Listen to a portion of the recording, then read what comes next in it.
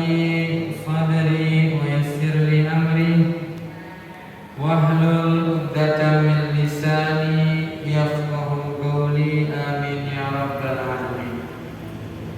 Alhamdulillah, sore hari ini kembali kita bisa bersama-sama menghadiri satu kajian ba'da sholatil asar di hari-hari yang mulia ini, di hari-hari bulan suci Ramadan, yang mana di bulan suci Ramadan setiap amal ibadah dilipat gandakan oleh Allah Subhanahu wa taala.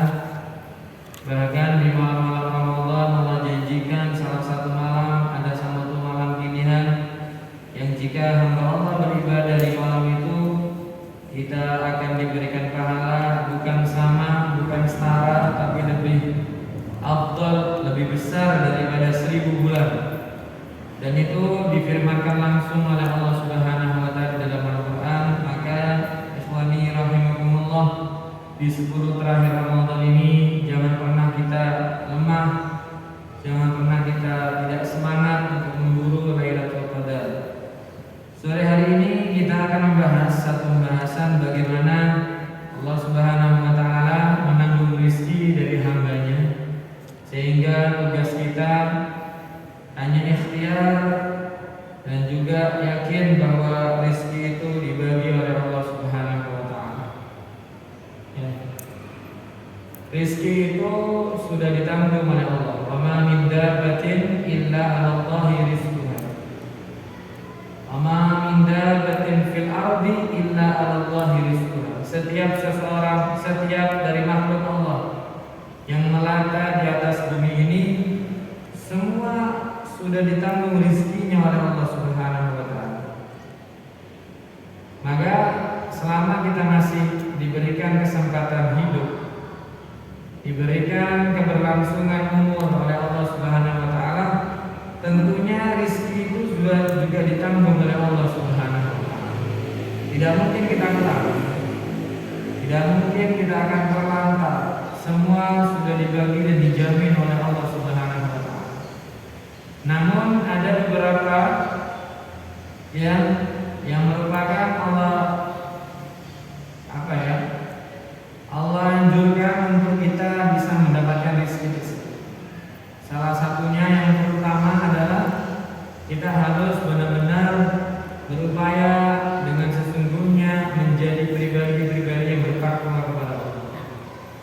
Dengan kita ini totalitas sama Allah, artinya total dalam ibadah kepada Allah, menjalankan yang wajib, menjauhi yang haram, maka pasti Allah tanggung rezeki dari dalam kita. Ya, semua kebutuhan kita, semua yang menjadi yang harus kita berikan nafkah kepada anak dan istri kita, dari pakaian mereka, rumah tinggal mereka, tempat tinggal hunian mereka, kemudian kendaraan mereka, kalau kita perlu safar dan sebagainya, insya Allah dengan barokahnya kita nurut sama Allah, bertakwa kepada Allah, itu kita akan ditanggung, dikasih lebih bagian dari Allah Subhanahu wa taala. Disampaikan di sini, ya, wa min dzalika al-makhraju minasyada'idi warizqu min haitsu la yahtasib wa yusru wa admul ajri. Salah satu keutamaan dari bertakwa kepada Allah, ya, ini adalah selalu diberikan al-makhraj, jalan keluar, minasyada'id, dari apapun yang menjadi buat kita susah, sengsara. Ya, kita akan diberi jalan keluar oleh Allah. Kita semua sudah hafal ayatnya, ya. Di surat Al-Talaq ayat 2 dan 3 Allah berfirman, "Wa may yattaqillah yaj'al lahu makhraja." Wa man, dan barang siapa yattaqi, bertakwa kepada Allah senantiasa dengan totalitas yang sesungguhnya, menunaikan apa yang wajib dari Allah, menjauhi dengan sangat hati-hati hidupnya, tidak terjerumus dengan apa yang disebut maksiat, pelanggaran kepada Allah. Allah janji di sini, yaj'al lahu makhraja, saja jalan keluar dari setiap problem dalam kehidupan ini. Ya, kena musibah, kena ujian, ya apapun bentuknya, mungkin dari bisnis yang kita bangun, ya ada satu masalah, ya ada satu goncangan, ya itu akan diberikan jalan keluar. Saat apa? Saat kita ambil solusinya itu tetap dalam taat kepada Allah. Tapi kalau sudah kita banting setir kepada jalan-jalan mungkar, kepada jalan-jalan yang tidak diridhoi oleh Allah Subhanahu wa taala, nah itu adalah satu jalan yang akan membuat kita semakin terhimpit dengan kesulitan baru. Karena apa?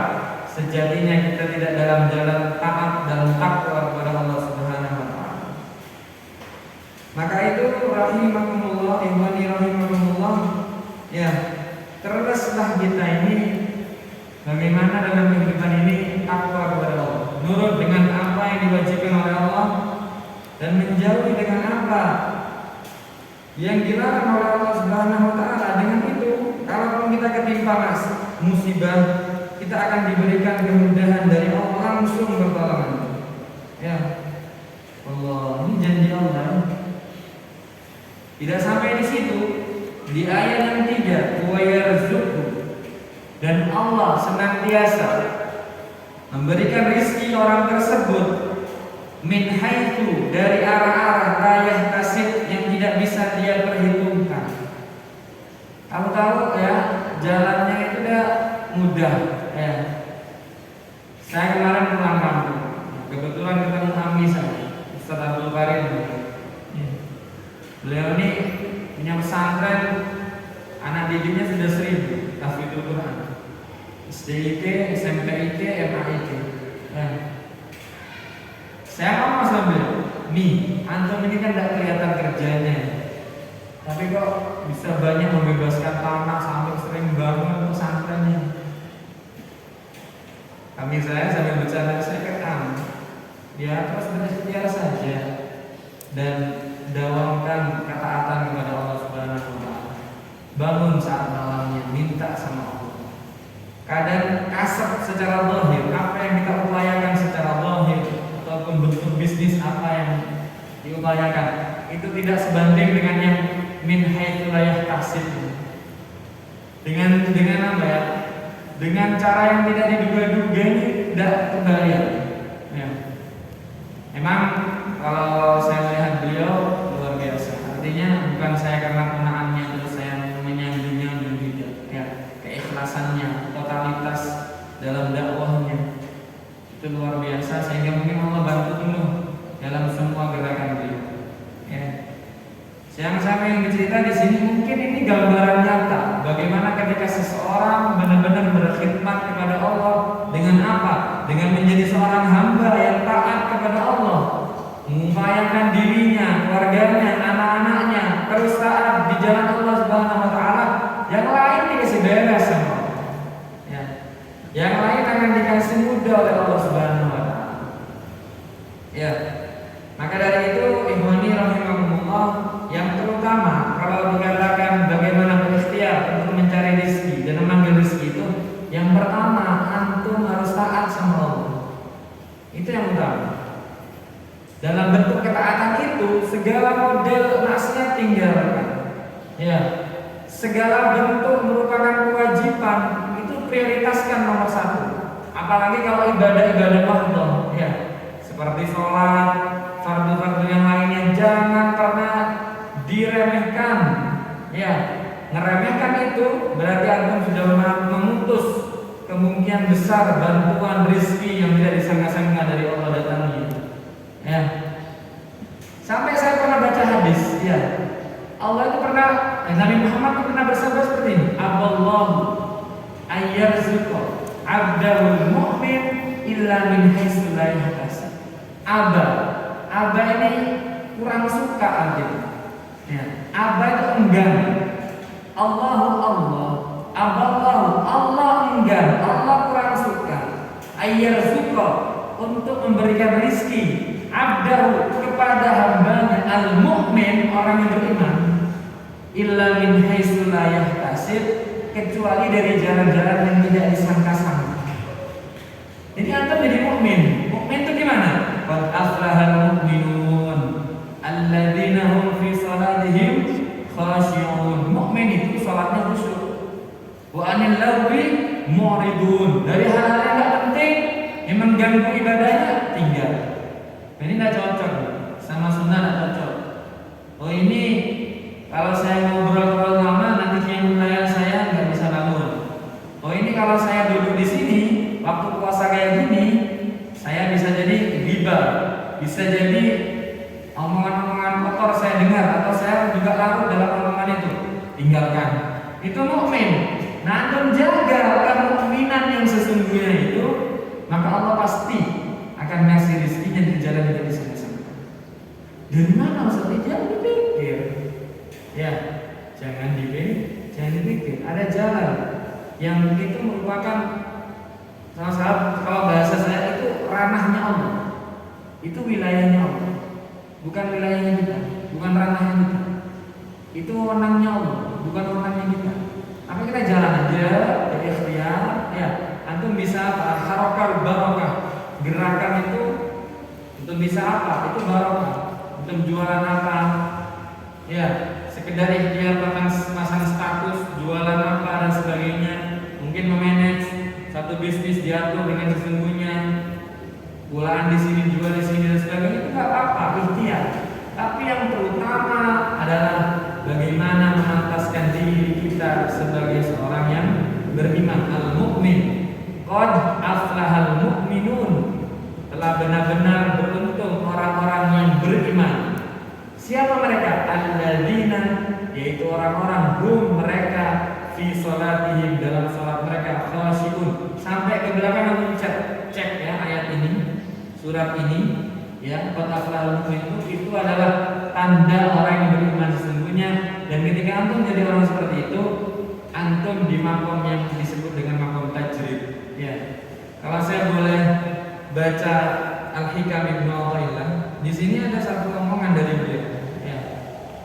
Iradatu tajrid ma'iqamatillah iyyaka fil asbab minasyahwatil khafiyyah wa iradatu asbab ma'iqamatillah iyyaka fit tajrid inhiqatun anil himmatil aliyah. Salah satu kalam hikmahnya Ibnu Athaillah As-Sakandari. Ya, ketika kamu berkeinginan ya menjadi orang yang bermakom tajrid. Tajrid itu ya, mohon maaf ya, orang tidak kerja, ibadah full, ngajar dakwah, ibadah, sholat sunnah, sholat jamaah, qiyamul lail, hidup tok dah hidupnya. Tapi tercukupi semua. Banyak ternyata mata. Ya, asatid, para kiai, para habaib, para ustaz-ustaz itu makomnya tajrid, kerjanya nggak kelihatan, tapi rezekinya begitu deras dan berkah dari Allah Subhanahu wa taala. Di sini sebutkan kalau orang udah bukan makomnya tajrid, kok dia kepengen pada posisi itu adalah minasyahwatil khafiyyah. Itu syahwat yang sama, itu tipu daya syaitan. Ya antum mau antum ini kan pada waktu makom yang ini sudah, antum tidak usah kerja, ibadah saja. Itu syaitan. Ya, jadi antum harus memposisikan diri. Anda ini siapa? At-tajrid atau asbab? Kalau antum masih asbab, antum kerja, antum dagang, antum jadi karyawan, atau antum apa? Tetap asbab. Asbab itu apa? Ada sebabnya, tetap rezeki. Kalau tajrid ini sudah total sama Allah, ya. Nggak cinta dunia, kosong hatinya dari dunia, dunianya datangnya. Ya, tapi sebaliknya wa iradatu qad asbab ma'iqamatillah iyyaka fit tajrid inhitatun anil himmatil aliyah. Ada orang memang bagiannya dari Allah suruh megang pondok pesantren, suruh ngurusi santri. Ya. Kemudian dia ibadah, sholat jamaah sama santrinya, ngajar santrinya, kemana-mana dakwah, nggak kerja, nggak dikasih peluang. Kadang dia sedang ikhtiar, pertanian gagal, peternakan gagal, dagang ada yang ngerjakan, nggak mungkin dia turun sendiri.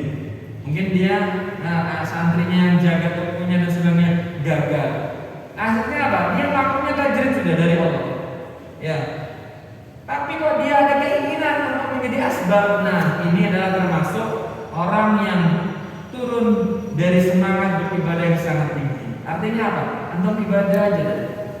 Kalau antum makamnya tajrid, ya, antum makamnya itu sudah dapat rezeki bin haitsu la yahtasib karena mukminnya antum yang total, karena takwanya antum yang begitu terlihat daripada maksiatnya, lebih dominan takwanya daripada maksiatnya, dan dari itu antum banyak dapat rezeki dari Allah bin haitsu la yahtasib.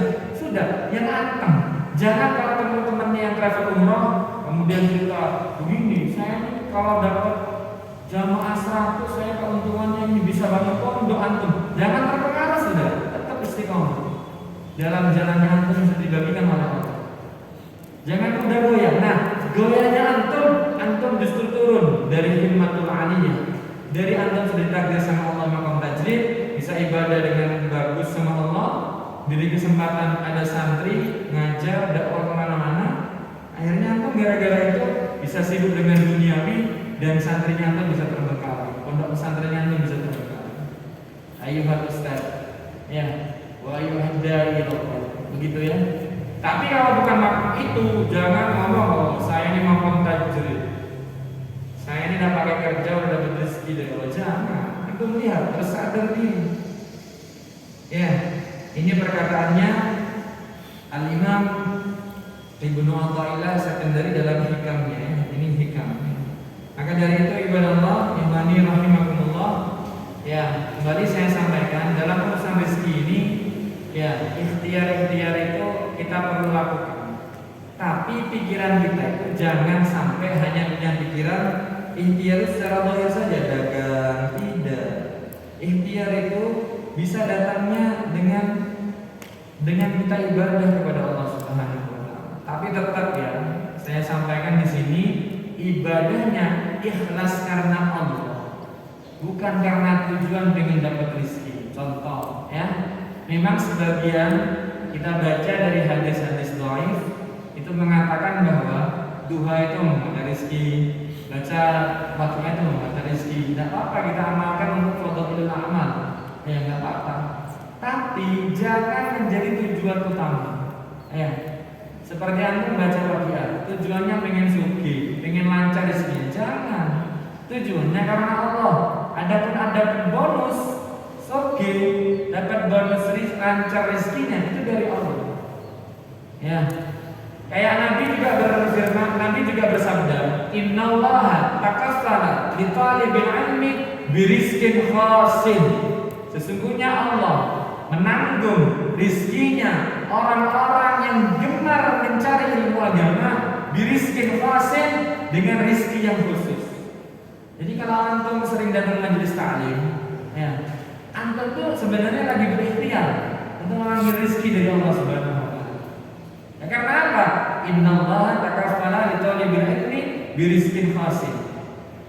Tiba-tibanya tokonya antum bisa laris, bisa berkah, bisa lancar, bisa jaya. Gara-gara apa? Gara-gara antum himmah aliyah, punya semangat yang tinggi untuk terus belajar di kajian-kajian yang antum sudah istiqomah hadir.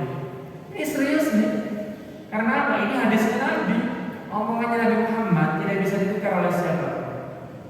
Tidak bisa kita menukar dengan omongannya siapa. Nabi sudah bersabda, Innallaha, sesungguhnya Allah takaffala, menanggung bitalibil ilmi, bagi orang yang menuntut ilmu agama birizqin khasin, dengan rezeki yang khusus. Ya, coba kita bayangkan. Sebenarnya kalau kita bicara nafkah untuk seorang anak kalau sudah balik itu kan tidak wajib. Kalau kita belajar fikih, ya, kita punya anak itu sudah balik 15 tahun ke atas, itu tidak wajib kita ngasih nafkah. Tapi kalau dia masih di pondok atau dia masih mengenyam pendidikan, ya, mencari ilmu, maka subhanallah ya, Allah gerakkan rasa rahmat, rasa kasih sayang di hati orang tuanya, berapapun biayanya dikeluarkan oleh orang tuanya. Itu rizkinya orang yang menuntut ilmu. Dan luar biasanya lagi, saya pikir sendiri banyak orang bicara, saya alhamdulillah Ustaz, punya anak saya 3 di pesantren, SPP-nya sekian, saya kerjanya serabutan gini aja Ustaz, tapi alhamdulillah cukup setiap bulan. Itu karena apa? Allah memberikan rizki kepada orang yang talibul ilm lewat bapaknya ini, lewat orang tuanya ini. Ya, tiba-tibanya Allah gerakkan apa dan sebagainya Allah yang atur, rizkinya dapat, orang tuanya bisa ngirim anaknya di mana. Ya, maka milih mana kita pilih, ya ikhtiar apa yang kita lakukan untuk kita mendapatkan rizki. Ya, banyak riwayat sebenarnya ya, bagaimana kita ini mendapatkan rizki. Seperti juga ada satu hadis, as-subhatu tamna'ur rizqa.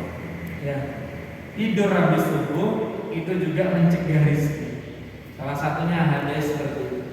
Ya, tidur setelah subuh itu mencegah rizki. Makanya kita ya orang-orang yang ahli ilmu, orang yang ngerti ilmu agama, para ustadz, para kiai itu jarang tidur habis subuh.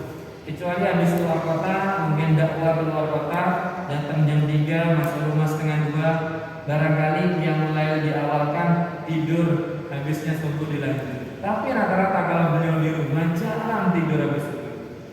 Beliau isi dengan ngajar, beliau isi dengan keliling di asramanya atau jaga anaknya untuk setoran Quran, hafalan Quran, sampai isyraq beliau sholat 2 rakaat biasanya tidur. Ya, makanya kalau kita di antara gus-gus itu ada yang bercandaan kita ini bangsawan. Itu bercandaan aja, bangsawan itu bangsa tangi awam. Biasanya kalau sudah isyraq sholat 2 rakaat tidur ya. Baru nemuin tamu itu jam 8 setengah 9. Itu pun tamu kadang bawa rezeki sudah. Mohon maaf kiai Gus ada jadwal di ini, ada undangan sini dan sebagainya. Rezeki dari Allah Subhanahu wa taala. Artinya apa? Kalau antum lagi benar-benar mengikhtiarkan mendapatkan rezeki dari Allah Subhanahu wa taala, panggil dengan ikhtiar-ikhtiar yang sudah diisyaratkan oleh Nabi Muhammad SAW. Ya, salah satunya itu tadi dengan apa namanya itu, dengan tidak tidur habis subuh. Ya, baca maghfirah, baca wiridul latif, ya, baca Al-Quran dan baca wirid yang lain. Habis isyraq salat 2 rakaat. Kalau antum tadi salat subuhnya berjamaah, meskipun tidak di masjid, maka antum bisa dapatkan pahala haji dan umrah tamatin, sempurna kata Nabi Muhammad SAW. Dari ini saja kita sudah dapat rezeki pagi itu ya. Coba bayangin, tidak sholat, tidak tidur, sholat subuhnya berjamaah, dibuat ibadah, dibuat hadir majelis taklim, kemudian ditutup dengan 2 rakaat sholat isya. Ya, itu pun sudah dapat pahala haji dan umrah, rezeki azimah dari Allah, rezeki yang gede dari Allah Subhanahu wa taala. Dan tidak semua orang bisa mendapatkan rezeki seperti itu. Dan ini disebutkan sama Rasulullah tamatin sampai 3 kali dalam riwayat hadisnya. Sempurna pahalanya. Kalaupun berangkat haji, ya belum tentu hajinya makbul indallah, bisa mardud, bisa ditolak. Tapi dengan sekedar sholat sunnah seperti tadi, isyraq atau niat duha sekalipun, antum sudah dapat sempurna kata Rasulullah, sempurna pahalanya. Ya. Tapi selain itu juga, ya, Nabi Muhammad itu juga memberikan isyarat-isyarat yang lain dalam kita harus bekerja. Ya, kata Nabi Muhammad, rezeki yang paling halal dan paling baik itu adalah rezekinya orang yang bekerja. Dalam satu riwayat seperti itu, Allah cinta dengan orang-orang yang bekerja. Sampai-sampai Allah Subhanahu Nabi Muhammad itu memberikan satu kabar, ada satu dosa yang gak bisa dihapus dengan sholat dan puasa. Nabi Muhammad bersabda dalam hadisnya, Inna minad dunubi dunuban la yukaffiruha as-salat wala siyam wala hajj wala umrah lakin yukaffiruha bihumumin fil ma'isha. Nabi Muhammad itu nyampaikan ada satu dosa, beberapa dosa yang tidak bisa terhapus dosa itu dengan kita beramal soleh seperti sholat dan puasa. Karena jelas ya dalam Al-Quran yang innal hasanat yudhibnas sayyi'at. Sesungguhnya amal soleh itu bisa menghapus dosa. Seperti puasa, ya, sholat, haji, umrah itu kan amal soleh. Tapi kata Nabi Muhammad dalam hadis ini, sesungguhnya ada di antara dosa-dosa yang tidak bisa dihapus dengan puasa, dengan sholat, dengan haji, dengan umrah.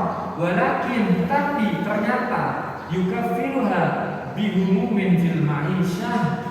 Dia itu dihapus dosa-dosa itu dengan sumpahnya seorang bapak, dengan pusingnya seorang kepala keluarga fil ma'isyah, dalam berikhtiar dalam dia bekerja.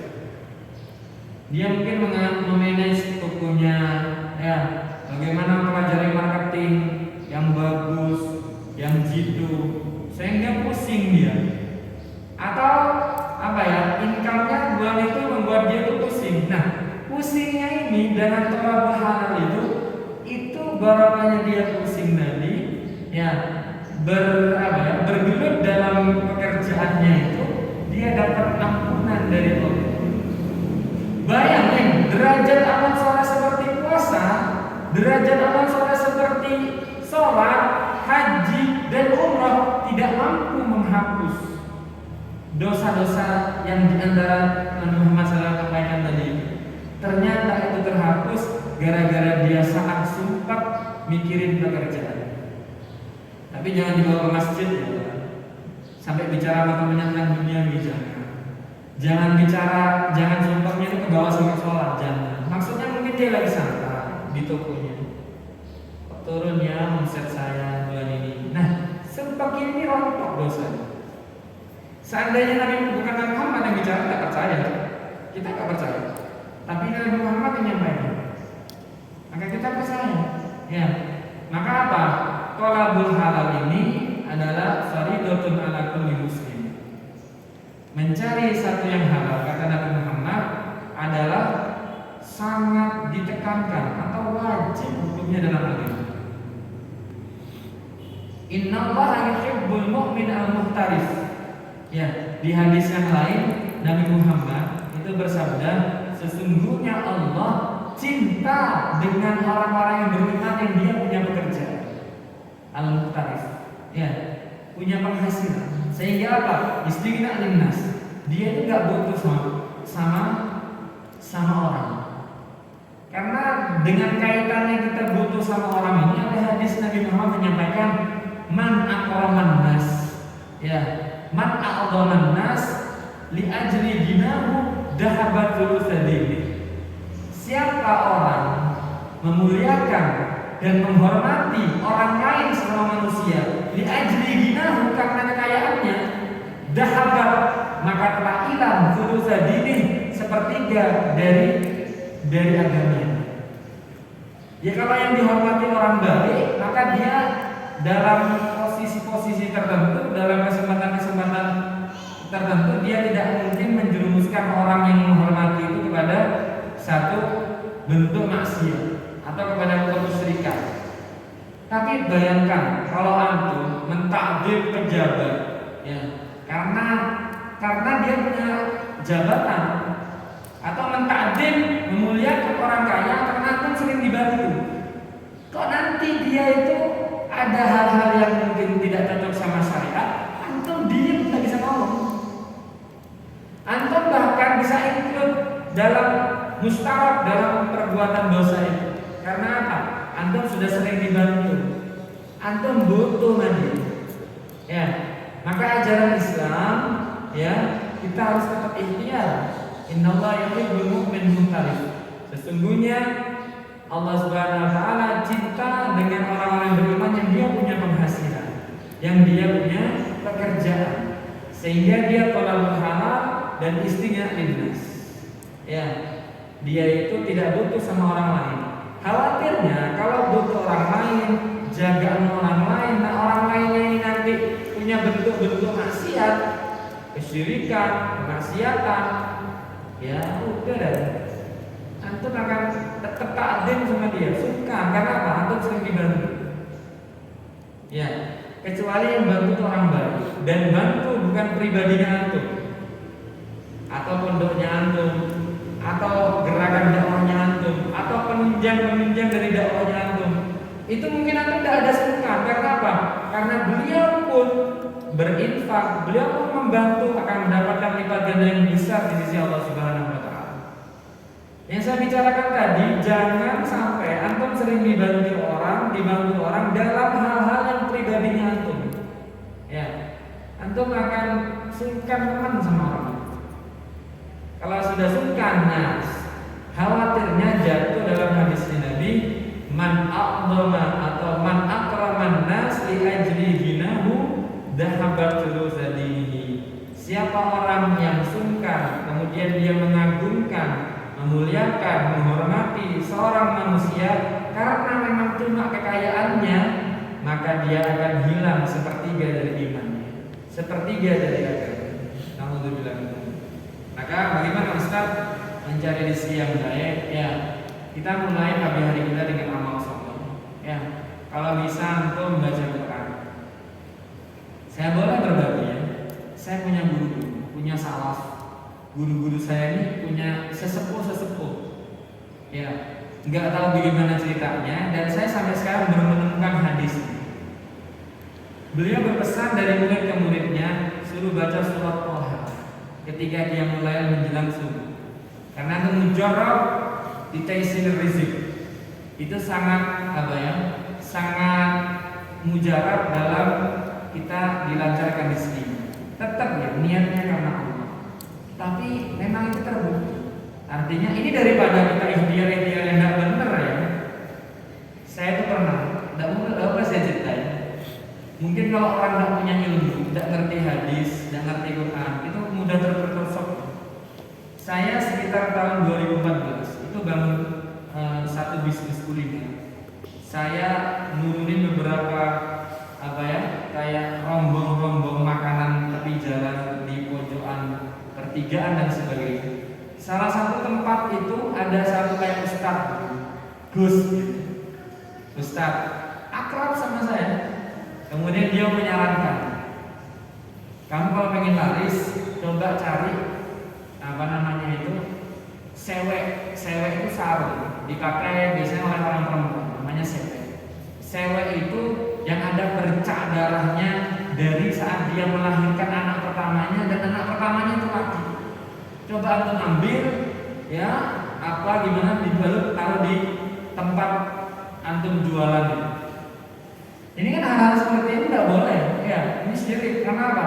Bisa punya kepercayaan kepada hal tertentu yang tidak boleh dalam agama. Maka saya waktu itu cuma senyum saja. Bayangin kita punya keinginan, punya keyakinan kepada hal yang tidak ada arahan dari orang soleh, tidak ada arahan dari ulama, tidak ada arahan dari hadis Nabi, tidak ada arahan dari jangan.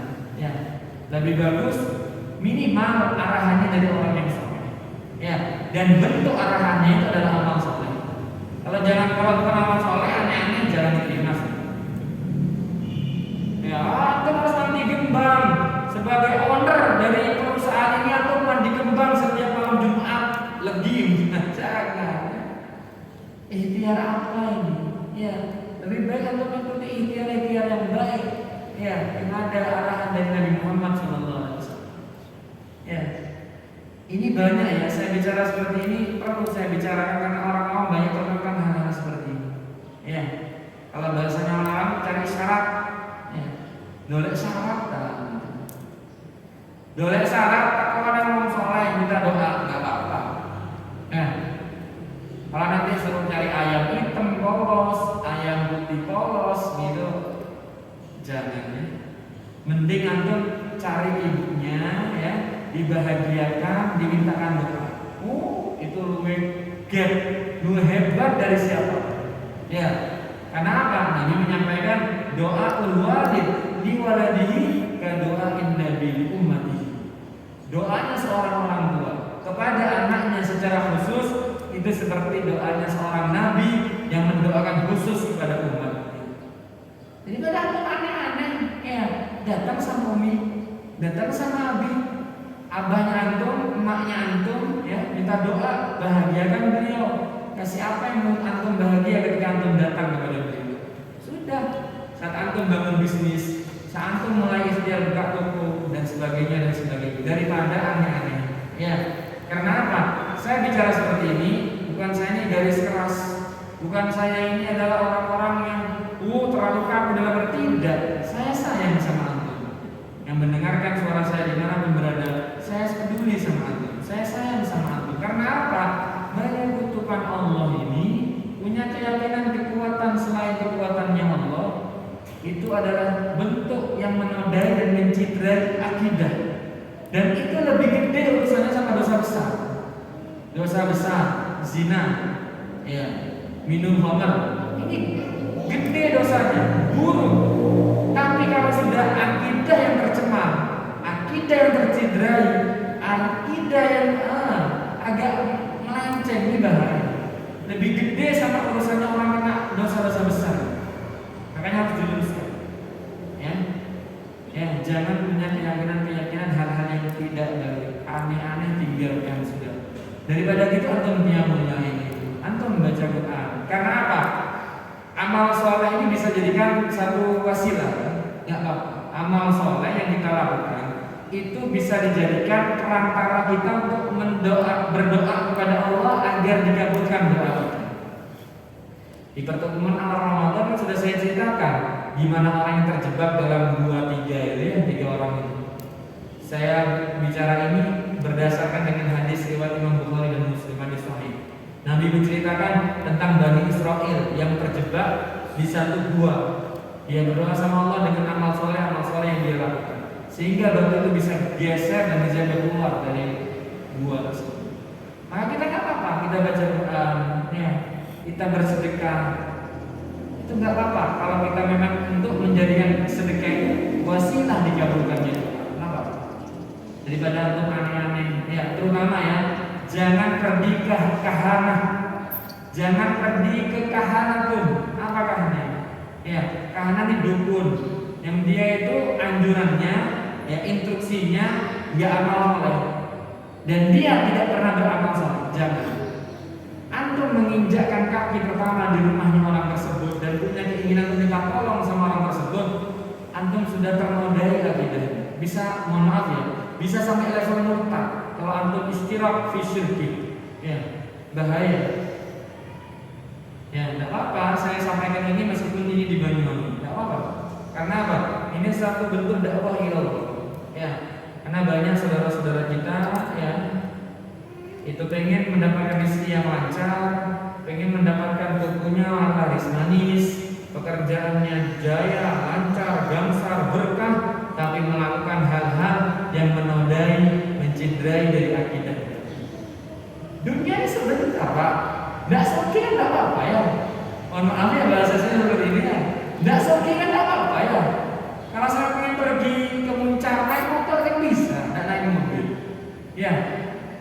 Sampai nggak pinjam riba nggak apa-apa. Nggak sampai, mohon maaf ya, nggak sampai meninggal dunia. Mungkin makan sederhana gitu saja.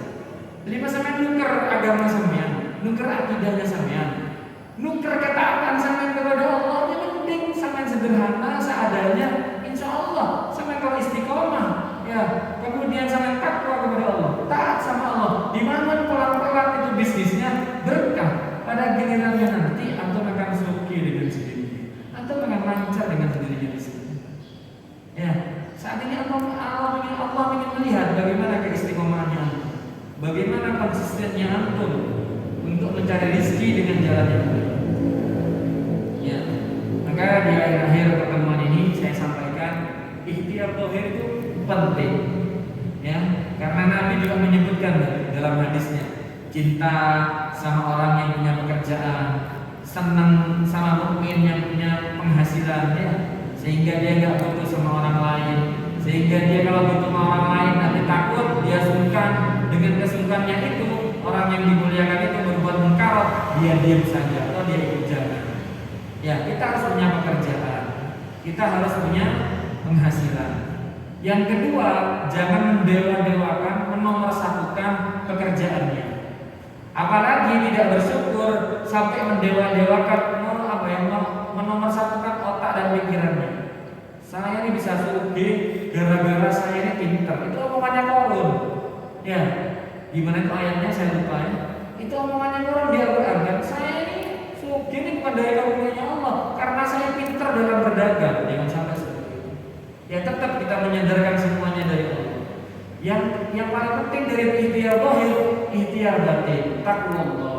Ya, amal-amal soleh bisa kita lakukan. Karena apa? Ikhtiar zahir ini sedikit, ikhtiar batin banyak, bisa mendobrak dari ikhtiar zahir menjadi berkah dan banyak. Ya.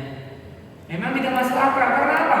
Memang Allah nyampaikannya min haitsula yahtasib.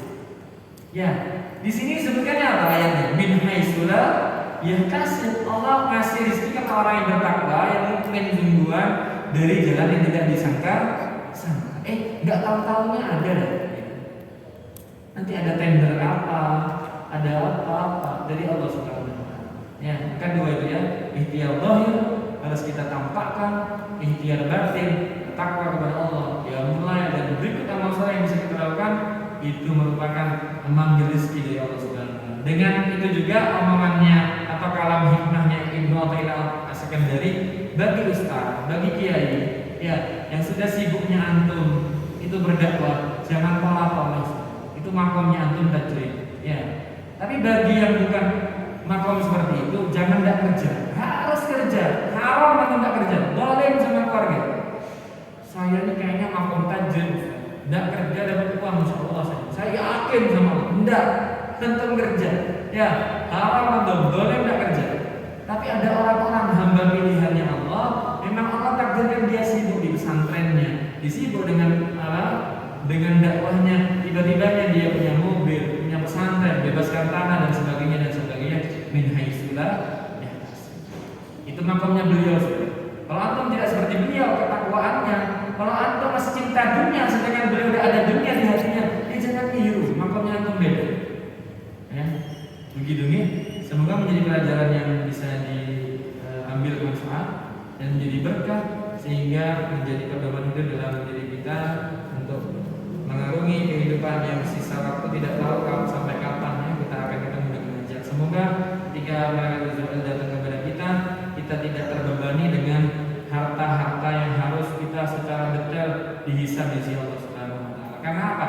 Halalul hisab wa haramu ada. Dunia ini kalau halal hisabnya berat, kalau haram ancaman adabnya juga berat. Ya, kita berdoa kepada Allah semoga selalu diberikan rezeki yang halal, yang berkah, yang mencukupi kepada kebutuhan anak dan istri kita atau kebutuhan dakwah kita, sehingga nanti pun kita dihisab oleh Allah, hisabnya ringan,